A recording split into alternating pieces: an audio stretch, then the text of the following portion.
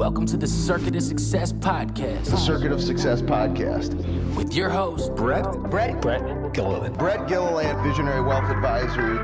The Circuit of Success Podcast. Let's start the show. Welcome to the Circuit of Success. I'm your host, Brett Gilliland. Today, I've got Dr. Will Haas with me. Dr. Will Haas, how you doing? Fantastic. Excited to be Awesome. Good. How is Charlotte, North Carolina treating you today? Kind of getting into that nice period where it's fall. You know, in the South here, we occasionally get 4 seasons, but we're getting a nice little fall. It's cool, so I'm loving it right now. It's been hot here, man. It's been like in the high 80s in mid-October. It's nuts. I was at my son's golf tournament on Monday and shorts and a golf shirt and sweating to death. I'm like, this should not be happening. You get those breakthrough days, right? Still get we have one of those days, but then it's cool, crisp in the morning and in the evening, which I love. Yes, I agree. Put on a nice little hoodie at night or something to hang out. So, well, you are the founder and CEO of VYVE Wellness. You're a board-certified integrative medicine physician. And this is what I like about the introduction here is like, what if you could feel 20 years younger in just 90 days, right? That's kind of one of the things I know you guys are doing, but you're making that possible for high performers nationwide, board-certified integrative medicine physician and founder, like I said, of VYVE Wellness. You specialize in cellular optimization, helping executives, entrepreneurs, and professionals unlock more energy, sharper focus, and renewed vitality. We like that. But before we get started, man, what has helped make you the man you are today? Definitely practice what you preach. Right? So kind of take your own medicine. So it kind of starts with the foundations, right? You know, despite juggling and balancing, creating a new business, you know, a bit of a physician entrepreneur. So I actually have a few other smaller businesses, although VYVE is kind of one of the primary focuses, but it's making sure you make time and space for the essentials, right? So getting adequate restorative sleep, making sure you're fueling yourself with a, whole plant-based, nutrition, taking key supplements where you need to, taking that time to recharge, reset. Although I know as physicians, even or entrepreneurs, even myself, is maybe a little guilty of not spending enough time creating that recharge space. But it starts with those foundations, so you could show up every day at 110%. And if you're not taking the time to address those foundational things, it's going to catch up to you. Yeah, for sure.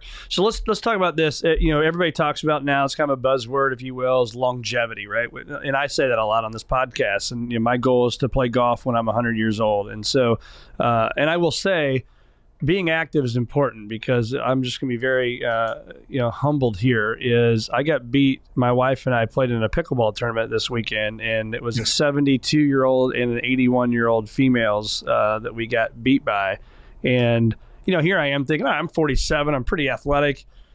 We're gonna smoke these ladies, babe. And the 81-year-old was like just doinking it right by me. I'm like, this is not good. So I think you got to stay active. Number one, that was my point. But the longevity, the buzzword. Just talk about what you define longevity as and living optimal. What that looks like in your world. I think it's kind of taking that buzzword and turning it into the essence of what people are really after, which is increased health span. Right. And I think you kind of alluded to that, which is what you want the most out of the years, the most quality of the years that we have, not just just like living longer. Right. And I think for high performing professionals, entrepreneurs, executives, right, I think a lot of that is in the latter half of their life and their careers, that is enjoying the fruits of their labor. Right. And be that for the hobbies, right. Going out on the pickleball court, doing golf. Right. But also, I think a lot of us, they don't really, that are wired for high performance. It's not necessarily, I have this retirement and sit around and do nothing. Right. We still want that mental performance, that cognitive edge, the ability to kind of think, create. And so it's ensuring that we have that 10, 30 years left to continue to be able to do those things at the capacity and levels that we want to. Yeah. Yeah, that's why I say I don't want them to drag me on the golf course at 100. Like I want to actually be able to go out, play some golf, and play decent. Hopefully break my age, and not come back home with back pain, aches and pains, and popping Advil. Right? Exactly. So talk to us about these high performers that you're speaking of, these executives, these entrepreneurs. Talk about the process. Like, what do you like from soup to nuts? Like, what are you doing to help them and that feel 20 years younger in the next 90 days? Yeah. I mean, it all starts with unlocking kind of the current health status at a cellular level. You kind of talked a little bit in the introduction, cellular medicine, and it's really kind of starting to peel back the layers of the onion of what is happening underneath the surface, right? So like, why do we not feel like we're recovering and bouncing back? Or why do we have these nagging injuries that are a little bit longer? Or why do we wake up and still have this brain fog looming over our head despite trying to get 8 hours of sleep, right? And the answer sometimes can be overt, right? Which is you're not taking the time to unwind, or you're exposing yourself to blue light at night. But it could also be, the answer lies in hormones or micronutrient deficiencies or inflammation or dysbiosis, imbalance of good and bad bacteria in the gut, right? And that is different for every individual, right? And that's what we try to help unlock is what are those roadblockers for optimal cellular health for every individual, right? I very strongly believe that the human body has an innate capacity to heal itself when provided the right environment and the right tools. Yep. But you need to kind of know where to start that course. So it all starts with kind of doing an advanced set of deep dive diagnostics to understand how do we start then pulling together a treatment plan. Got it. So doing blood work and then doing, obviously probably pages and pages, hundreds of things that you're looking at, right? Getting the answers to try to see what's the missing piece. Blood work, it may be saliva, maybe urine, it may be stool, depending on what we're going for. And I think the important thing to highlight is it's not looking at this from the quote conventional norm, right? So, we're not trying to optimize for LabCorp's normal reference range of testosterone or estrogen or inflammation, right? So even when we get that information back, we're looking at it through the lens of what we want to be optimal. And a lot of times it's much higher or could be much lower than what is listed as the reference range on the labs. Got it. And then are you doing gene testing as well? Yeah, so here's my take on gene testing. I mean, I'll do it with patients if they really want to, but we kind of commonly have this phrase in the functional medicine world, which is, your genetics, load the gun, the environment pulls the trigger. So a lot of times, just because you have these genes doesn't necessarily mean that they manifest epigenetically, right? So they may not, you may have the capacity to have these things, but it doesn't actually show up. And it may never show up if given the right modifiable factors in life. Now, one area where it kind of may be helpful, it's kind of a bit of a hot topic you hear is methylation, right? Gary Brecka and methylation pathways and helping detoxification and gene and DNA repair, things to that nature. And, I think that's fantastic. It brings an awareness to this approach of cellular functional medicine. But at the end of the day, the answer is you take methylated B vitamins, right? And by and large, most of what I'm prescribing in my custom, nutraceutical plans is going to be methylated B vitamins, right? So if you want to invest $500 in doing that gene test, go for it. But it's probably going to be included in the $10 supplement to have a methylated B vitamin. So that's kind of my general take on it. I'm not opposed to it, but I'd much rather see people invest dollars elsewhere, maybe on a metabolomics test, where you're able to look at upstream markers of what's causing metabolic dysfunction or mitochondrial dysfunction. And so I'd much rather kind of explore those areas, because that's showing like what is in your body today, but precursors to what can be tomorrow, not just genetics that may never be expressed. Okay. And what'd you call that test? A metabolomics test. I use a company called Theriome at our practice at VYVE Wellness. But the best way to kind of describe metabolomics is kind of upstream signaling markers, right? So we commonly think of A1C as the marker for diabetes, right? And maybe if you're adept and your practitioner's adept, they're using maybe a marker of fasting insulin to say, okay, the pancreas is working really hard to keep your blood sugar normal. Well, metabolomics is going to be another 2 or 3 steps upstream of that to give you markers of metabolism to say, hey, the body's really kind of starting to struggle here, and it's keeping your blood sugar in your bloodstream normal today, but it's working really hard to do that. Yeah. I think it's hard, man, because, I feel like I'm in that world, the Gary Breckas of the world, the Hubermans. I mean, you see all this stuff, right? It's just inundated with videos. And then it's like, this guy's saying this gal's saying this person's saying this.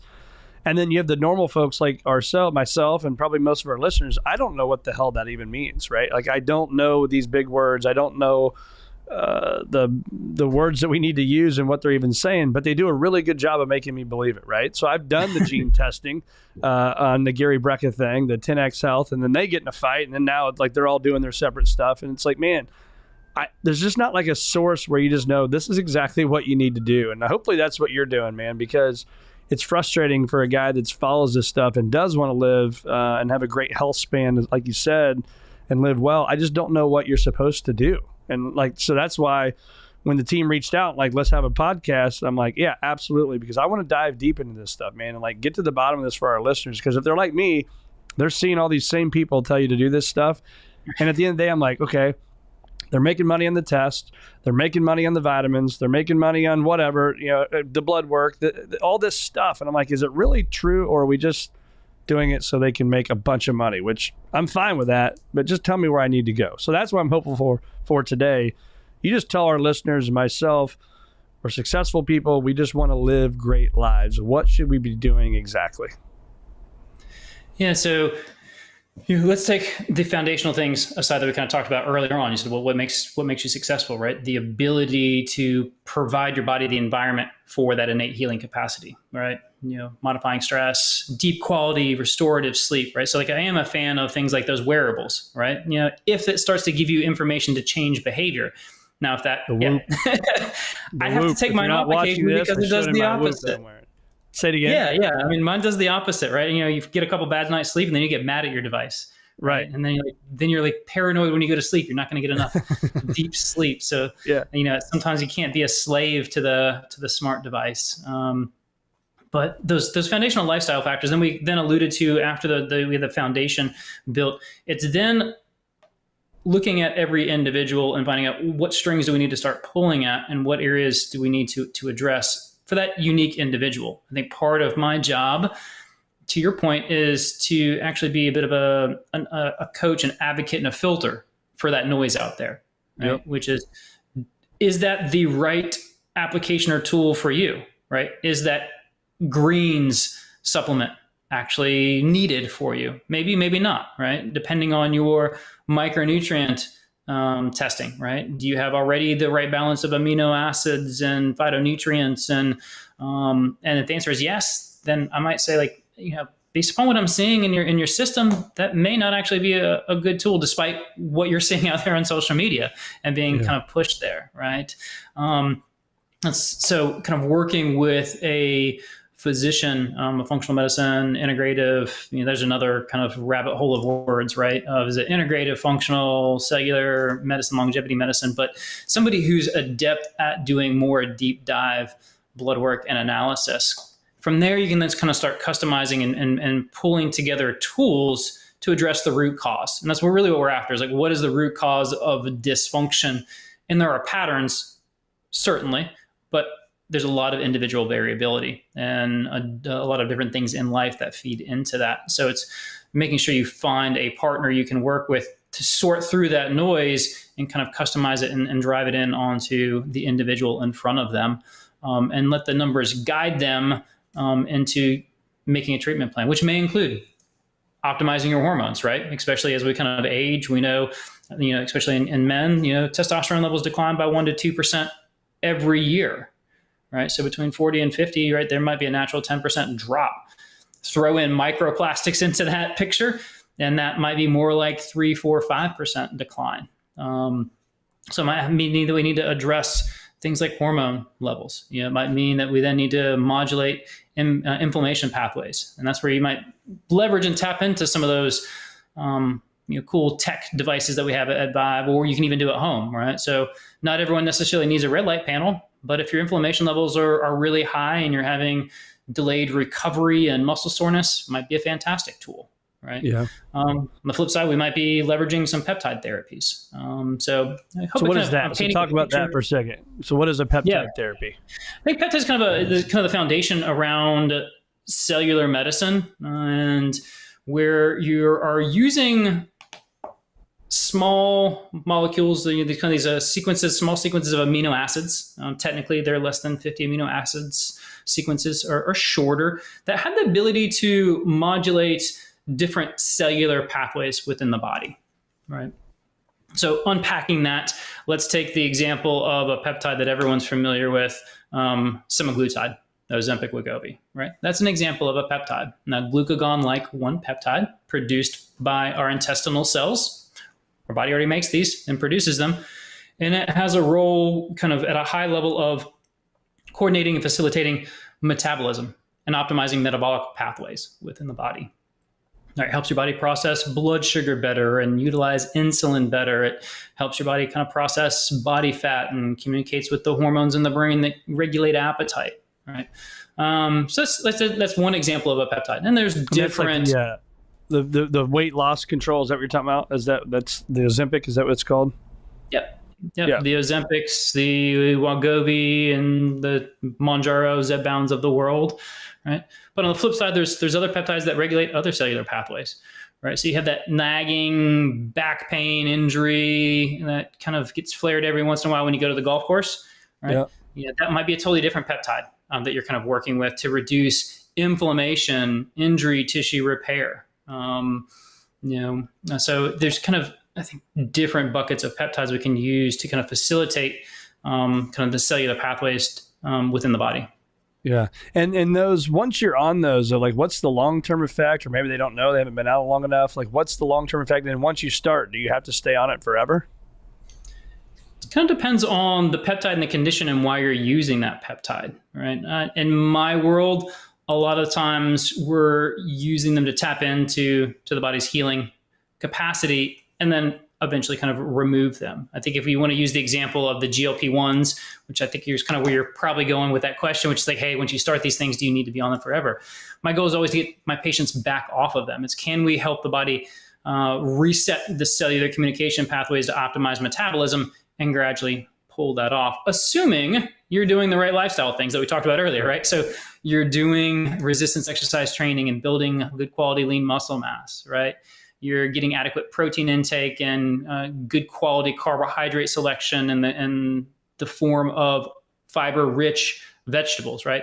These things aren't sexy, if you will, but like they're foundationals that need to happen so you don't end up needing to rely on these peptide tools, especially the GLP-1s, forever. So by and large, in my practice, we're trying to wean patients back off them and get them off of them.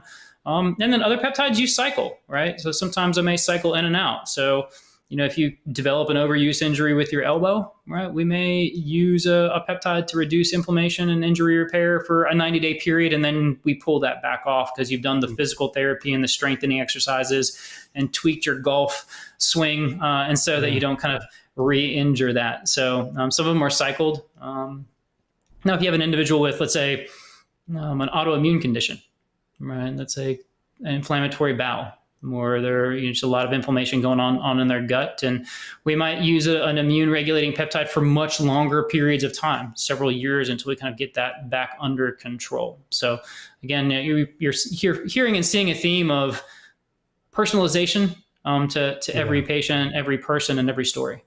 Yeah, and I think that's what's unique about that, right? Is, like, I've got constant tailbone pain, right? Not like terrible, but I've done the x-rays, the MRIs, nothing, right? Other than just you're 47 years old and it is what it is. But it's like, I think having a personalized approach to that probably can make that better versus just living with it. Fair? Absolutely. And again, it's like, what tools do we need to kind of support that, right? It might be a peptide, might be some infrared light therapy, might mean, we need to do some micronutrients to kind of help support your healing and health kind of repair. So it's, so there's commonalities, but every patient's gonna be a little bit different. So talk about the red light therapy for a minute, because I did that for, and this is part of my own issue.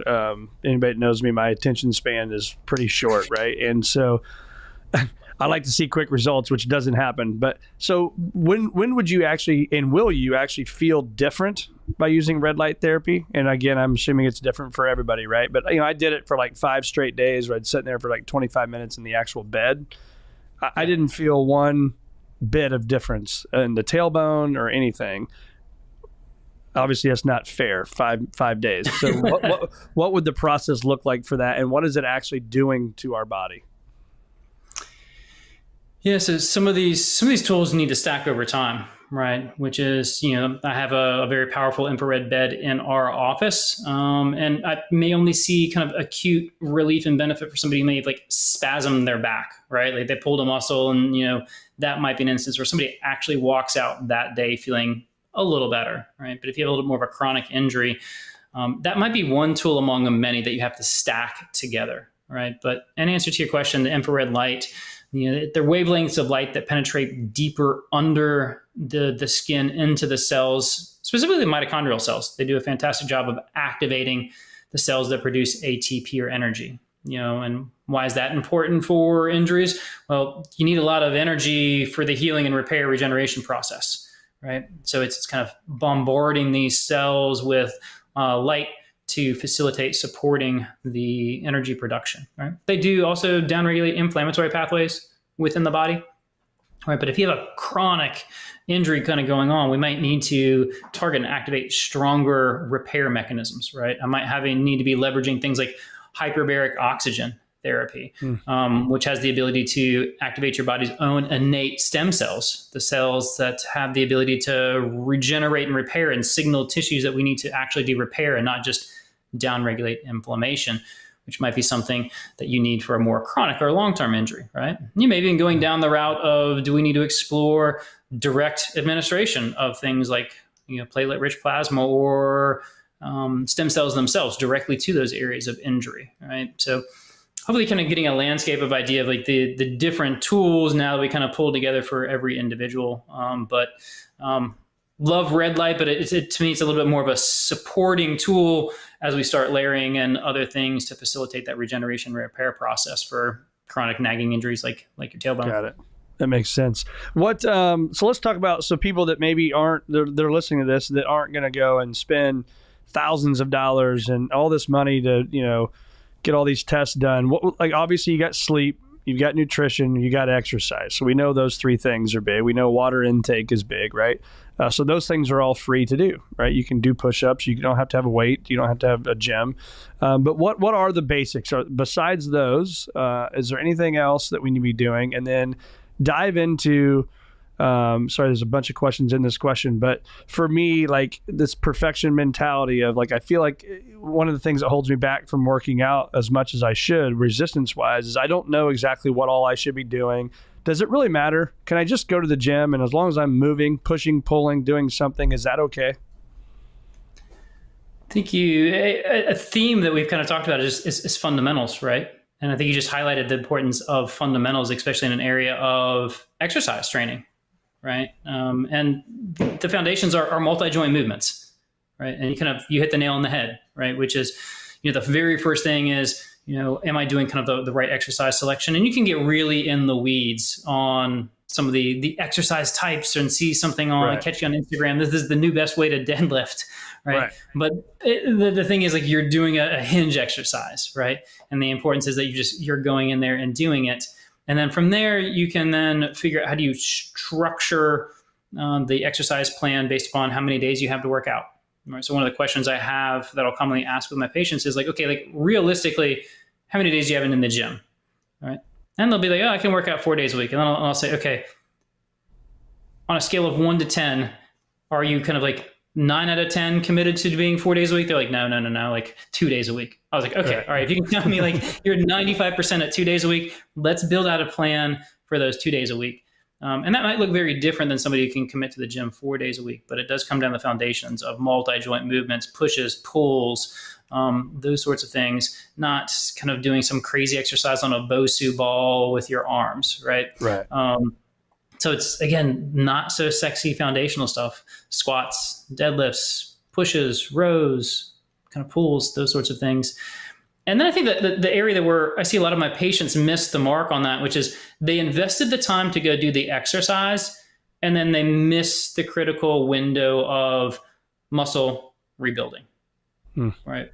So they just go about their day, and it's like 2 hours later before they eat and fuel their bodies, right? And part of the concept of exercise is that you're creating these little microfiber tears, right? You're kind of breaking down that muscle tissue to rebuild, right? You need the amino acids, from the protein to kind of build that back up. You need some good quality carbohydrates and that kind of break down into sugar to facilitate those amino acids in the protein to get taken back up by the muscle to rebuild and see progress over time, right?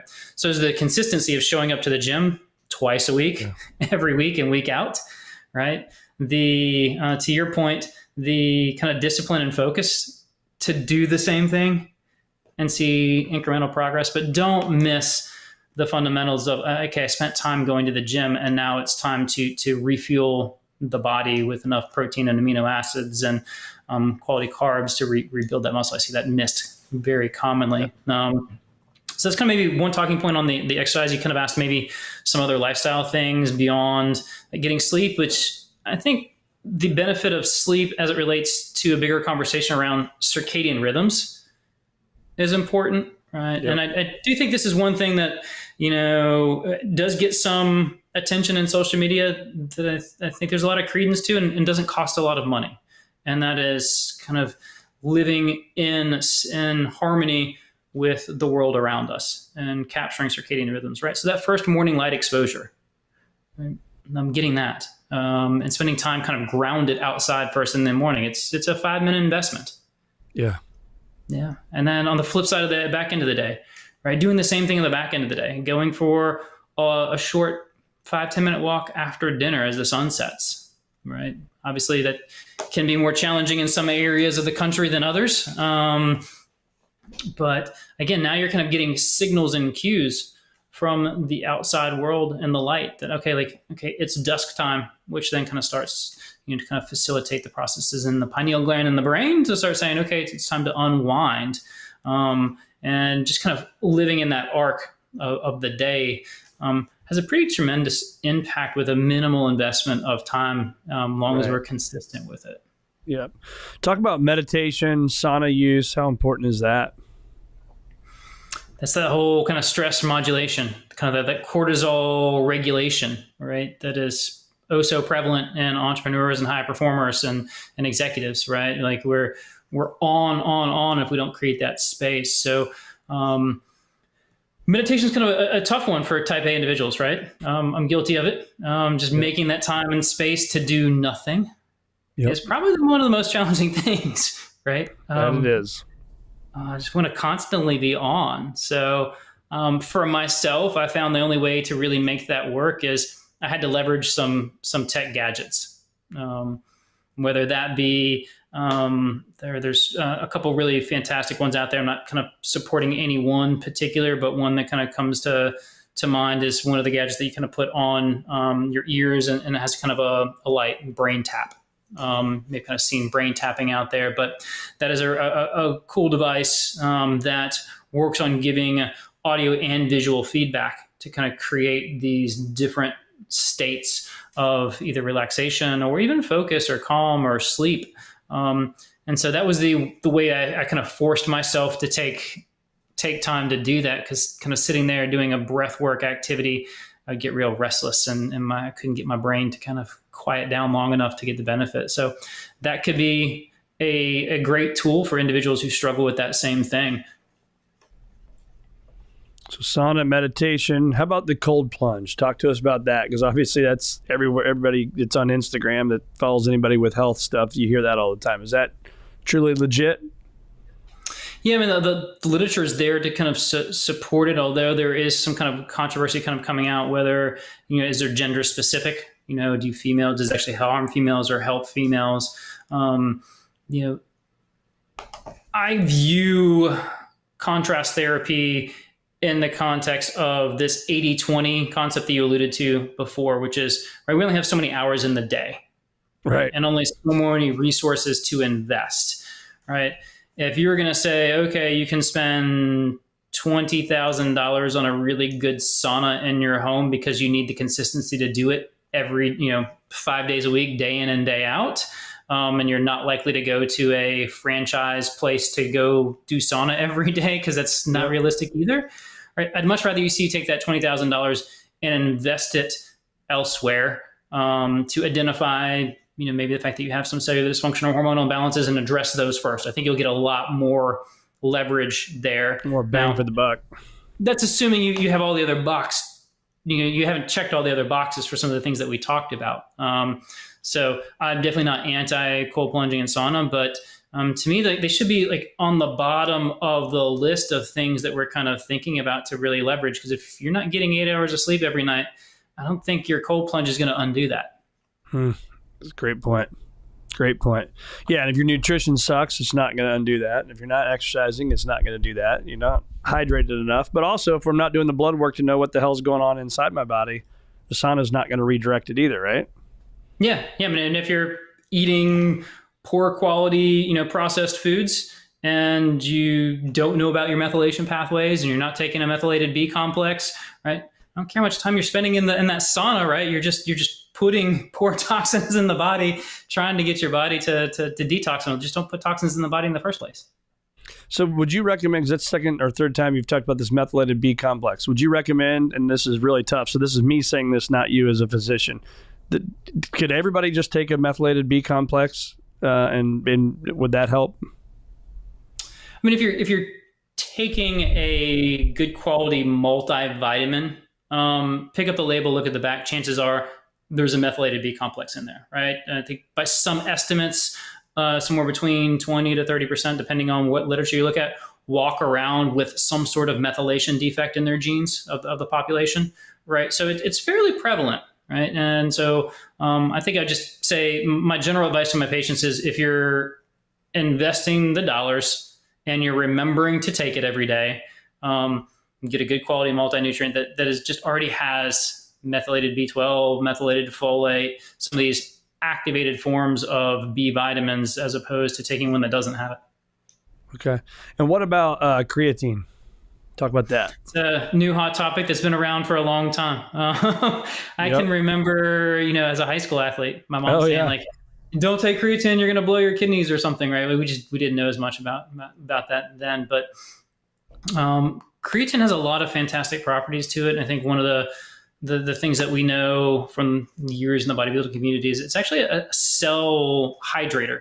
It helps facilitate cellular hydration, right? And we've talked a little bit about optimal cellular health. Well, part of that foundation of cellular health is hydration of the cell for it to work well. And creatine does a fantastic job there. Of course, we know then they can facilitate and translate towards building more lean muscle mass. Right? And we've already spoken a little bit about the importance of building lean muscle mass and how kind of that helps improve insulin sensitivity, metabolism. Its links to longevity and decreased risk for dementia. Its connections to building strong bones and preventing osteoporosis. Right. So, as an indirect correlate to being able to help build more lean muscle mass, if you're putting the time in the gym. Right. We talked about don't forget that protein after the gym. But if you're going to the gym, get that creatine in as well, right? I'll commonly have my patients dump in that 5 gram daily mark of creatine in with some electrolytes, maybe some branching amino acids when they get ready to head to the gym. When they're driving over to the gym, it's just an easy place to insert it so you're not forgetting it. You're going to the gym and you're driving to the gym, just toss it in there and make that part of the routine. What if you're not going to the gym? Like yesterday, I took that, and I take it not every day, but the days I try to remember, right? And so, what if I do the creatine and I use like Element, the salts, and so put those two together? Does it matter? I mean, because I've also done some research and found that maybe it also helps with brain, right? The cognitive, staying strong cognitively. Is that true? It is, and that's where it kind of make a ritual out of it, if you will, right? So if you don't go to the gym every day, not everybody works out every day. That was just me as an example of building a ritual time out of it. So, another place. So it's still okay to take every day, regardless. Yeah, I mean, you can use it as a daily supplement, and that's what I'll advocate for my patients, right? Sometimes, I'll ask my patients, are you a coffee drinker in the morning? If the answer is yes, a fantastic kind of plug-in ritual is okay after you do your morning coffee. I want you to do some electrolytes in your creatine, right? So that first bottle after your coffee, so if you have your coffee, load up your bottle of creatine and electrolytes at the same time you make your coffee, right? And take that to go. And like your kind of mental prompt is to work on cellular hydration after your coffee or your caffeine intake that morning. Got it. That's awesome. Do you mind sharing kind of your process? If we follow you around every day, what are we going to find that you do day in and day out? It's changed a little bit since I have a toddler in the world now. Oh, yeah. So I was never an early morning riser. I always did my workouts in the afternoon after work, but that totally got flipped on its head. Yep. So That'll do it. mornings are early, 5 o'clock wake up time.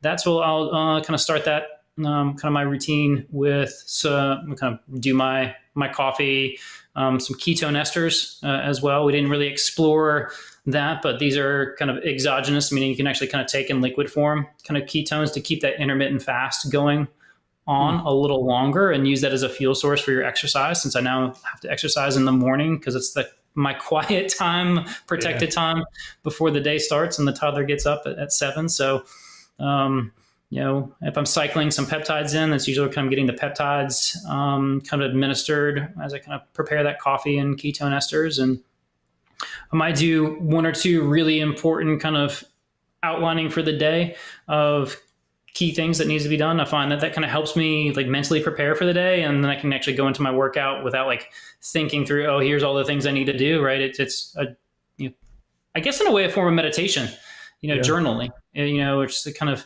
I'm just not intentional breathing exercise meditation, but it's, taking that 5-10 minutes, just okay, here's what I need to accomplish for the day, or here's the stuff that needs to come off my schedule for the day. And then I can go in to my workout kind of very focused and kind of clear, and getting a good 45-minute workout.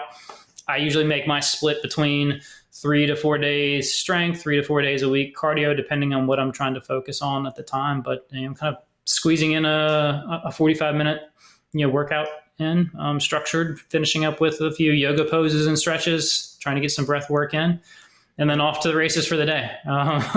Whether that's in the clinic, seeing the patients. I also have a software company where I support other clinics like mine. So kind of split my time, but I've prepped and made the food the night before. So, really trying to make sure that, keeping up with that nutrition, like I talked about, and practicing what I preach. So it's essential for me to pack, like pre-prepare meals and pack that ahead of time, so you don't fall into that rut of just ordering whatever DoorDash can get to you.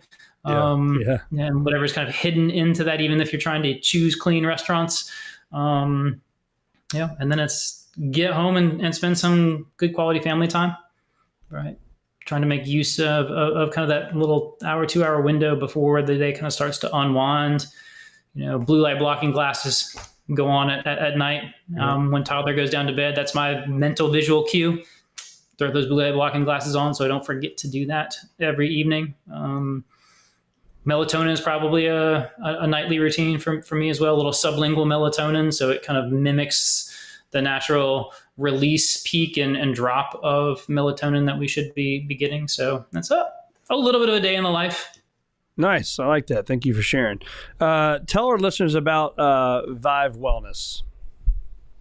Yeah, VYVE's what I kind of describe an integrative regenerative cellular medicine clinic that specializes in a lot of different restorative modalities. And as we talked about today, we're kind of using a lot of our diagnostic testing to determine which modalities kind of get pulled together into a treatment plan for our patients. So creating a lot of personalized, customized treatment plans from hyperbaric oxygen, peptides, hormones, IV therapy, kind of whatever tool that I feel like needs to get pulled together to help naturally optimize somebody's health and wellness. And it's kind of a bit of an experiential place, kind of come and we have, kind of music and lighting and scents kind of, wrapped up in that environment to ensure that when you're kind of there, one of my main goals for VYVE for my patients beyond this cool cellular medicine we provide is you walk out feeling better than when you arrived. Right? That's awesome. And part of that could be from just the environment that we created, or the conversations that you had with the staff. So, there's the fantastic, cool kind of longevity or health span optimization medicine that we talked about, but then there's also just kind of this experience of just kind of creating a safe space for healing. Yeah, I love it. Where do our listeners find more of you? Best place is going to be YouTube or Instagram. Kind of hear a little bit more about what we're up to, see what we're up to, and then kind of that captures your attention. You want to learn more about kind of coming in and experiencing VYVE in person. Best place is the website vivewellness.com/get-started. There's a kind of a little bit of a discovery call process that we can kind of learn a little bit more about you and you to learn a little more about us. I love it, man. Well, thanks so much for your time today. Hang with me here while I hit end, but thanks so much for being on the Circuit of Success.